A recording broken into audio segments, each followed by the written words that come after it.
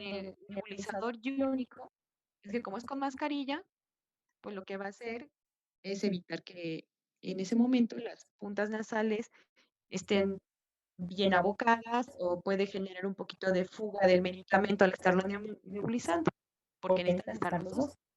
¿Ok? Ok. Ya le dimos salbutamol. ¿Qué efecto deleterio tiene el salbutamol a su administración? Catherine, ¿andas por ahí? Sí, doctora, perdón, ¿puede repetir la pregunta, por favor? ¿Cómo no? ¿Qué ¿Qué efecto deleterio o qué efecto efecto adverso, adverso tiene el salbutamol a su administración?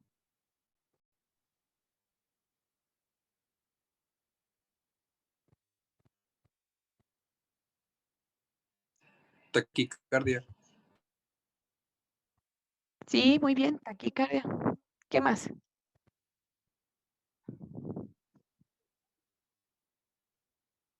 Ansiedad.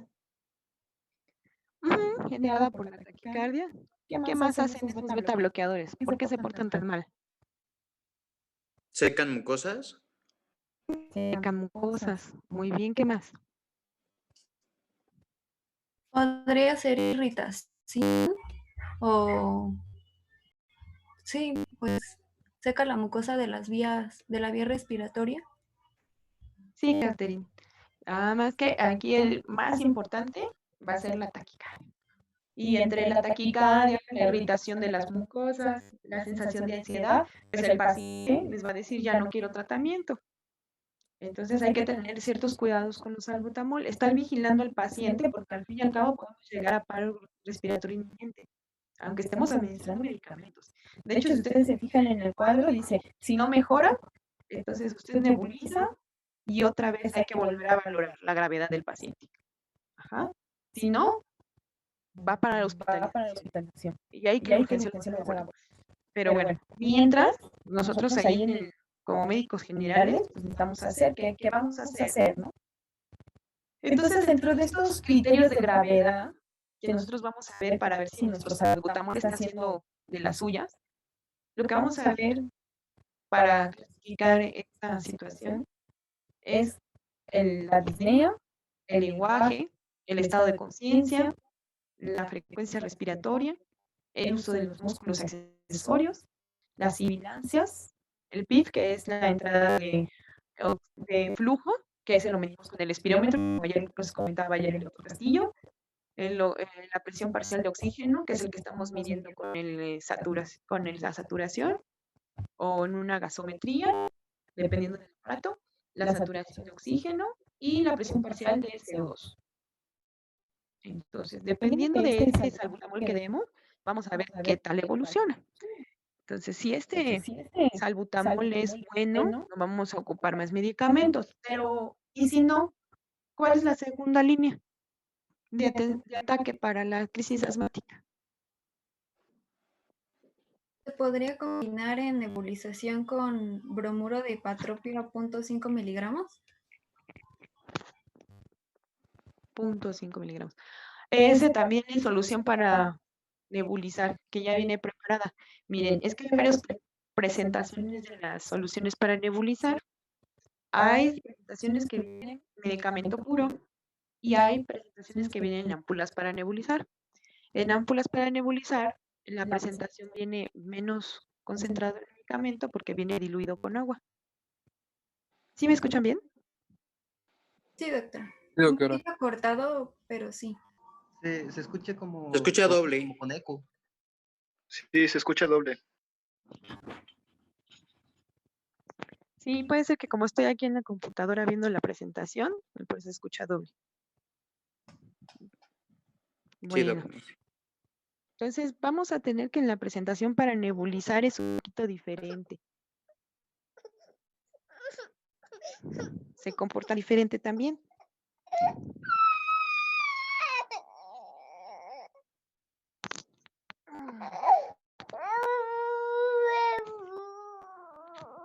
Sí, no llores. No llores, los doctores van a aprender crisis asmática, te lo prometo. Ya. Bueno, entonces vamos a tener algunos casos clínicos que vamos a ver. En el caso del bromuro de hipratropia, para que no se quede así al aire, nada más les quiero comentar. Sí se puede utilizar como segunda línea. De hecho, es recomendado precisamente porque esa segunda línea lo que va a hacer es permitir que el medicamento haga su acción, junto con el salbutamol que indicamos primero. La función del bromuro de hipratropio es la de permitir que no se forme mayor cantidad de proceso inflamatorio y moco. Ujú.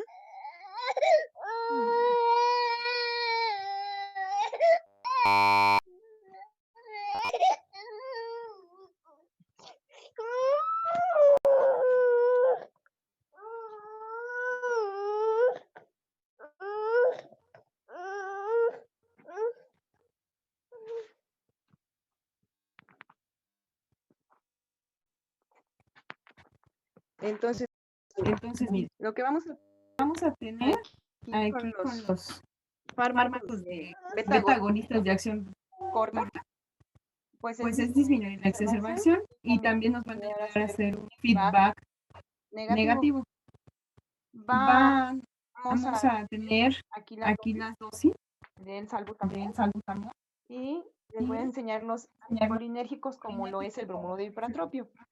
En el bromuro de hipratropio, aquí lo que nos interesa es bloquear los receptores muscarínicos, ¿vale? Esto para que los músculos de los bronquios nos permitan una inhibición de la acetilcolina y permitan una apertura del bronquio.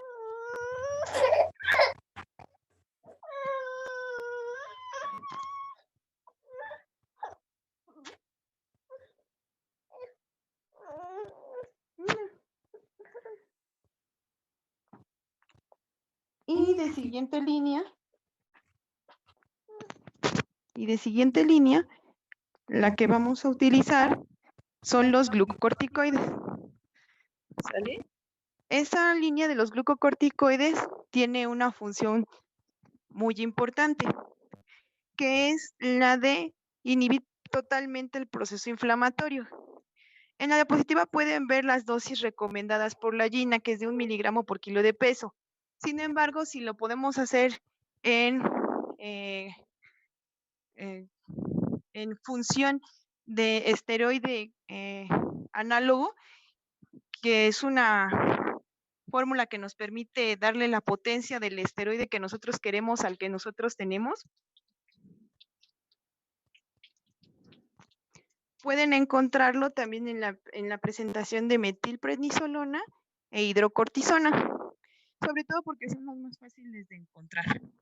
Habrá quien encuentre dexametasona también en farmacia y la dosis sería de 6 miligramos total en 24 horas como dosis inicial. Esto a la conversión de 1 miligramo por kilo de peso, pensando en un paciente de 60 kilos. Si pesara más, pues habría que hacer más.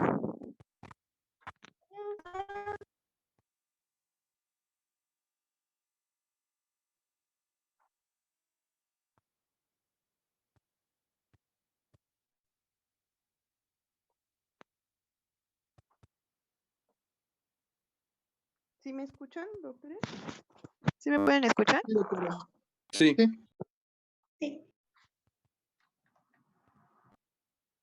Bueno, y aquí pues bueno, vamos a tener que los glucocorticoides pueden ser tanto inyectados o inhalados. Las dosis van a variar. Aquí abajo pueden ver las dosis de la beclometasona, que es la más sencilla de encontrar inhalada. Y pues bueno, esa va a ir en función de la estancia que tenga el paciente y de cómo vaya siendo eficaz con el uso del salbutamol. También vamos a tener a los bloqueadores del canal de calcio, como son el sulfato de magnesio. Ustedes encontrarán en las guías que podemos utilizar sulfato de magnesio y que unos dirán que disminuye la muerte y otros dirán que no hacen nada. Bueno, se ha visto que trae mejoría a los pacientes, que no les genera efecto deleterio y no ha demostrado hacer algo malo con ellos. Entonces, pues por ese motivo generalmente se utiliza. Oh, chiquito. pasó, mi amor?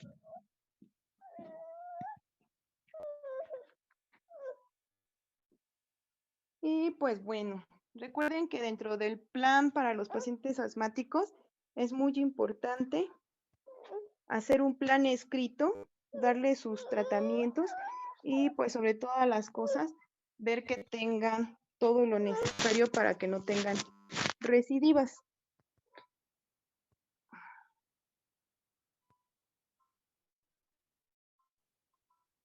Miren, esto que les acabo de dar es de crisis asmática, ¿sí? De crisis asmática, la primera línea de atención en el paciente es oxígeno. La segunda son los beta bloqueadores. La tercera puede ser los inhibidores de la acetilcolina. La cuarta, los glucocorticoides. Se pueden dar todos al mismo tiempo o se pueden ir escalonando, dependiendo de la evolución del paciente. Aquí lo más importante es ver que el paciente no requiera tantos flujos de oxígeno, mejore la sintomatología, principalmente las sibilancias, y mejore la calidad de entrada de oxígeno, ¿ok? Entonces, prácticamente, pues nuestra función con nuestro paciente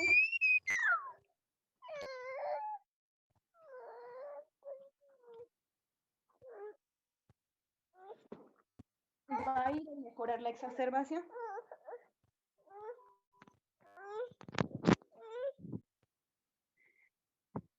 Vamos a ver unos casos clínicos.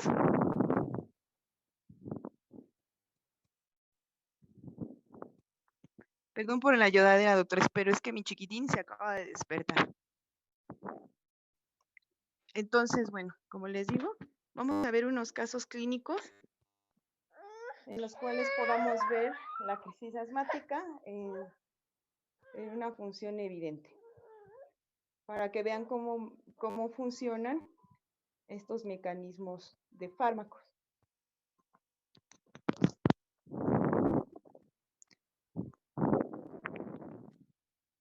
Recordando que, bueno, todo va en función de la exploración física de los pacientes.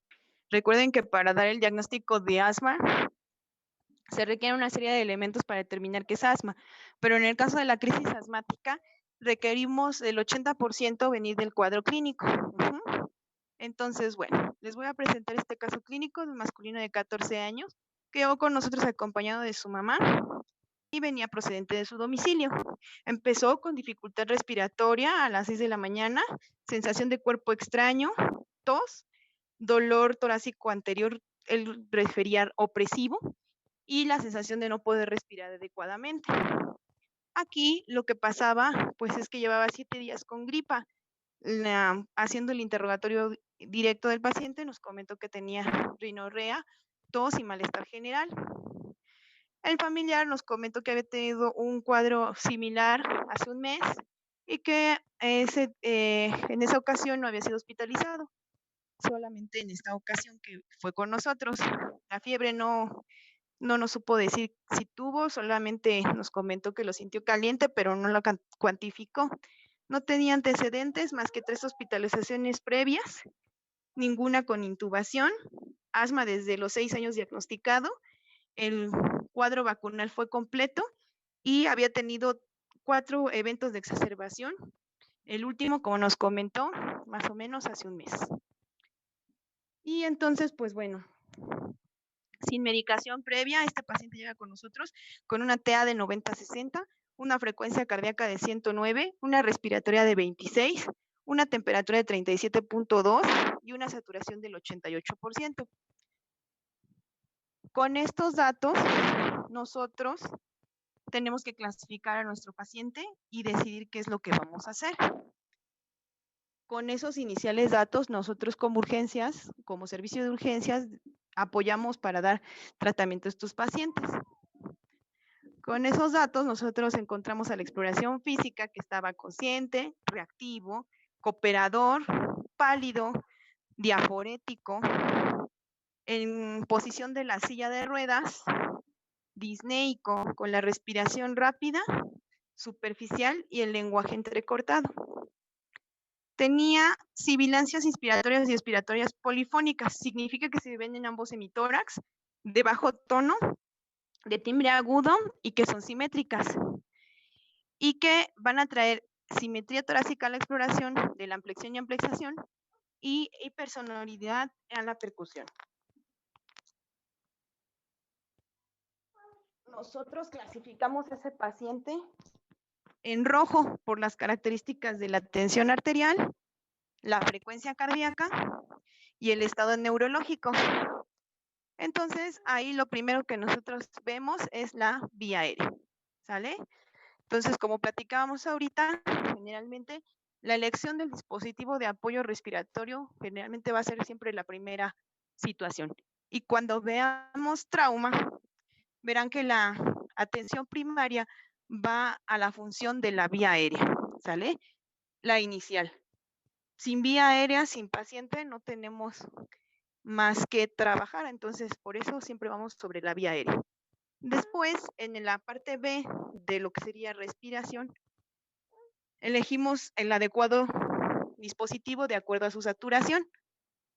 Y en la C, en la circulación, elegimos los medicamentos que debemos de realizar. También hay que elegir los gabinete y paraclínicos que tenemos que darle a nuestro paciente. Entonces, se nos ocurrió tomarle una biometría hemática, ya que como platicábamos ahorita, en el 80% de los casos, los pacientes generan proceso infeccioso. Y esta es la biometría hemática que tuvo el paciente. Noten en los leucocitos y en los neutrófilos que nos habla de un proceso infeccioso agudo. Recuerden que cuando hay un proceso crónico, tenemos elevación de los linfocitos y podemos tener depresión de las plaquetas. La placa de tórax es la que pueden ver al fondo. Realmente no se le veían infiltrados, digo, no se alcanza a ver porque, bueno, era una diapositiva animada y a la descarga, pues no nos permite ver más. Pues bueno, ese paciente llegó con nosotros para la atención de un asma que venía de moderada a severa y nosotros lo que hicimos fue ponerle un dispositivo de oxigenación que permitiera que la saturación elevara al 90% con una mascarilla reservorio. Le colocamos las dosis iniciales del beta bloqueador, mejoró la saturación y posteriormente le pusimos dosis de esteroides.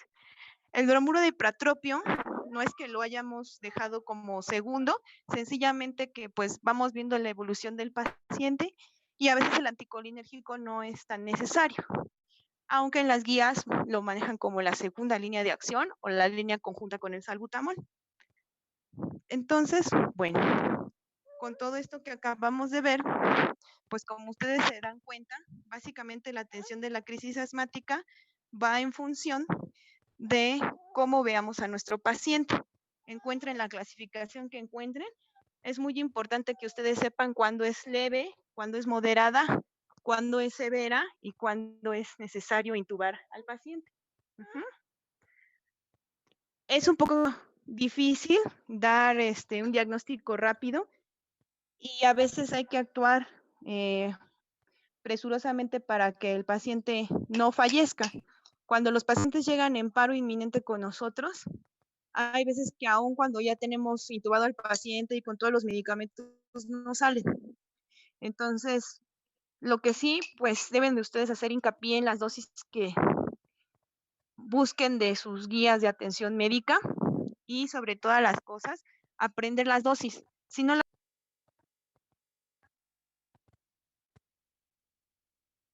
apagó su micrófono, doctora.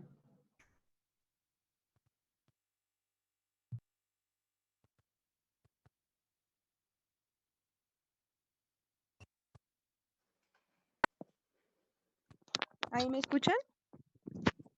Sí, ya.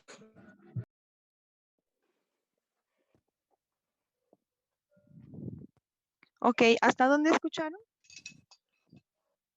Que nos tenemos que aprender bien las dosis. Muy bien.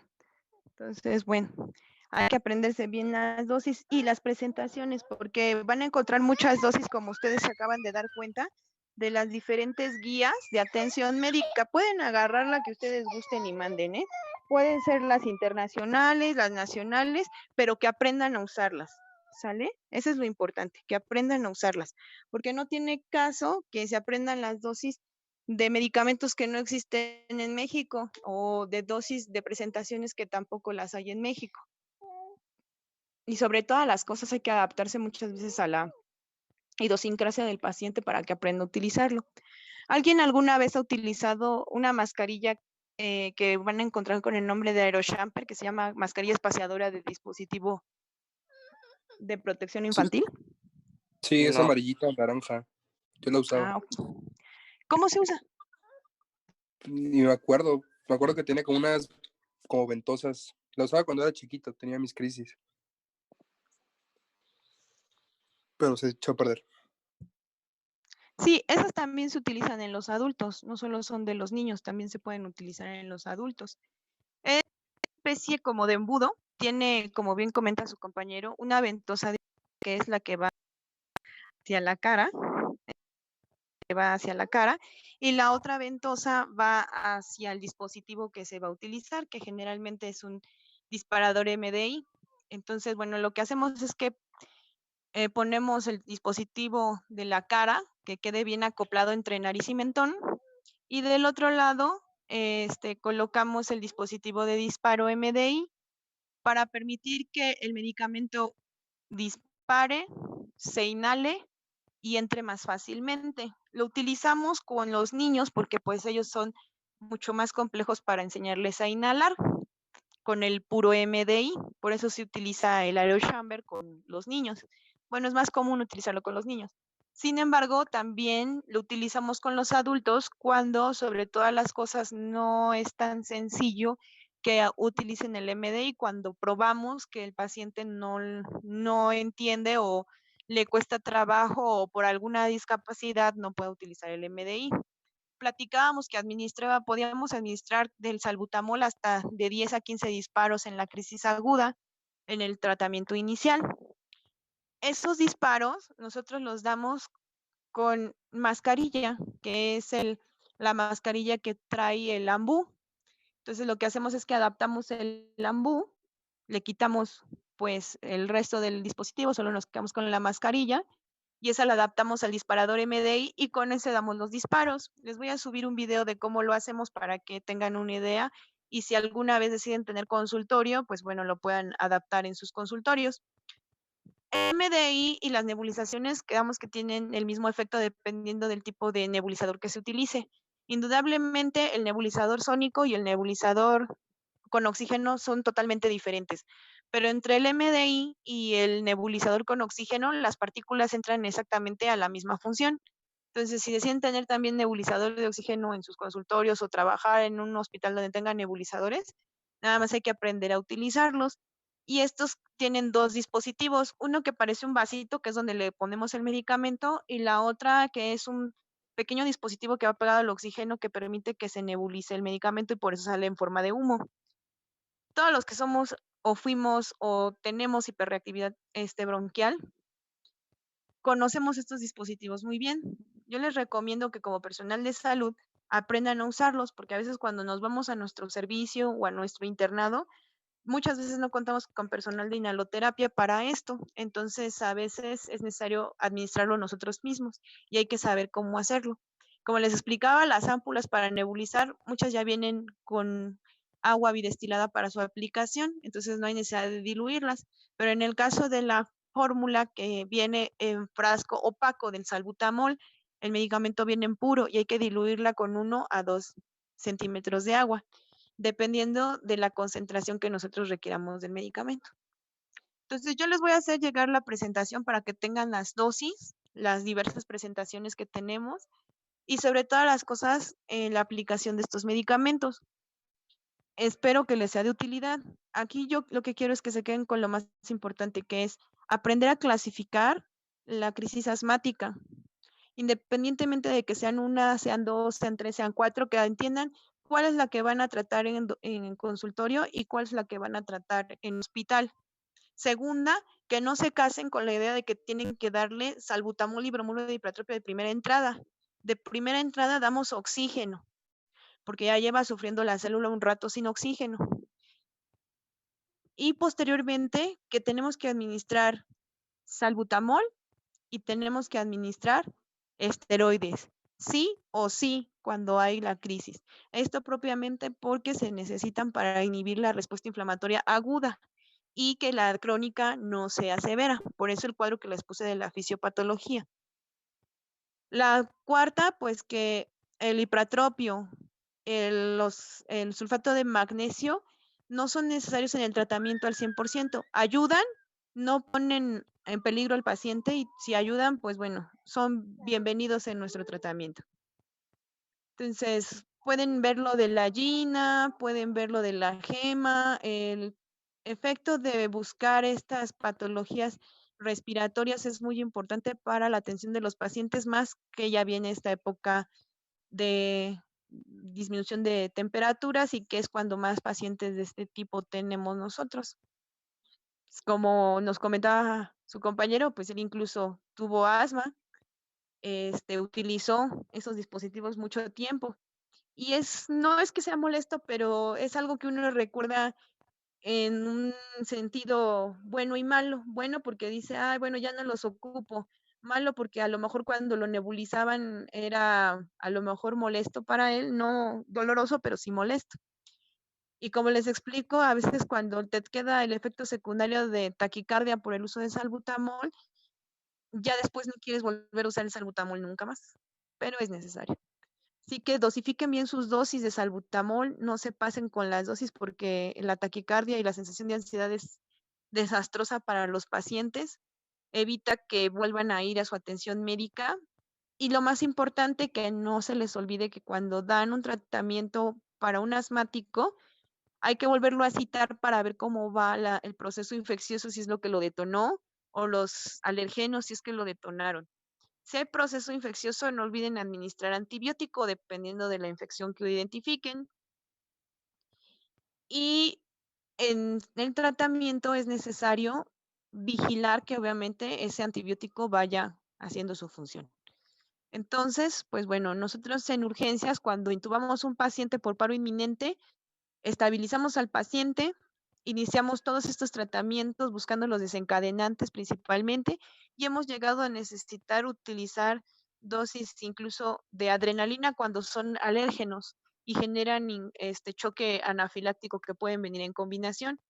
Nos ha tocado pacientes que han tenido infecciones respiratorias, ahorita pues no por COVID, pero sí por neumonías o faringitis en los cuales se van a veces sin tratamiento y vuelven a regresar prontamente al día siguiente porque volvieron a presentar crisis.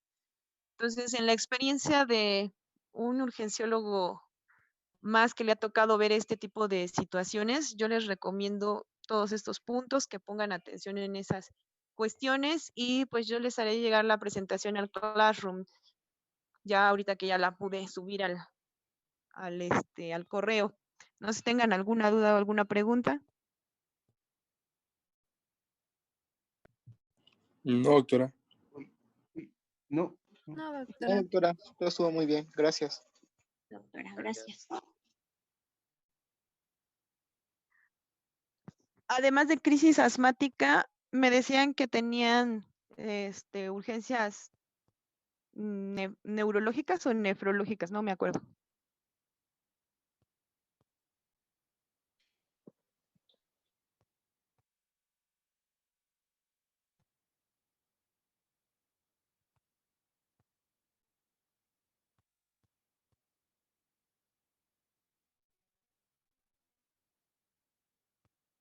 Ah, ok. Bueno, sí, el de crisis asmática es sencillo en cuanto a que es información, pues es poca la información y realmente es muy tajante las guías de atención médica. Variarán las dosis, pero bueno, pues esto es en general todo lo que conlleva la atención de las crisis asmáticas. El problema aquí, con esta es pues la atención que es rápida. A veces, cuando no sabemos trabajar bajo presión, es difícil decidir cuánto dar, cómo darlo, en qué administración darlo, que no hay, oiga, doctor, que no, el salbutamol viene en, ya se acabó, nada más tengo este disparador, ¿qué le doy? Bueno, ese es el meollo con las crisis asmáticas, pienso yo. Habrá veces que no tengan salbutamol a la mano solo y que venga con ipratropio, nada más acuérdense que la dosis del salbutamol con ipratropio viene a la mitad. Entonces se requiere un poco más de dosis y hay que tener cuidado con el ipratropio, porque si no puede generar un síndrome colinérgico, perdón, anticolinérgico. Ese es el meollo de este asunto. Pero fuera de ello, generalmente los pacientes les va muy bien con y sin la ayuda del médico. Entonces, porque muchas veces ya vienen a urgencias y ya se dieron sus disparos. ¿Se dieron 1 o 2? Sí, 1 o 2. Entonces, recuerden que cuando hay crisis, con 1 o 2 disparos no sale. Hay que dar de 10 para arriba. ¿Vale? Entonces, bueno, doctores, si no tienen dudas o preguntas, comentarios o quejas, bueno, yo mi única queja es que se despertó mi chiquitín y disculpen la lloradera. Pero si no tienen alguna duda o pregunta, pues cualquier cosa, pues estamos para servirles. Sí, doctora, muchas gracias. Muchas gracias, doctora. Gracias. Muchísimas gracias, doctora. Bueno, entonces yo les hago llegar la exposición al Classroom en un ratito nada más que se desocupe el doctor Castillo para que él lo pueda subir. Y pues cualquier cosa, por favor, me mandan mensaje al WhatsApp. Si les queda duda, tienen algún caso clínico que quieran compartir, vemos y con mucho gusto. ¿Va? Entonces,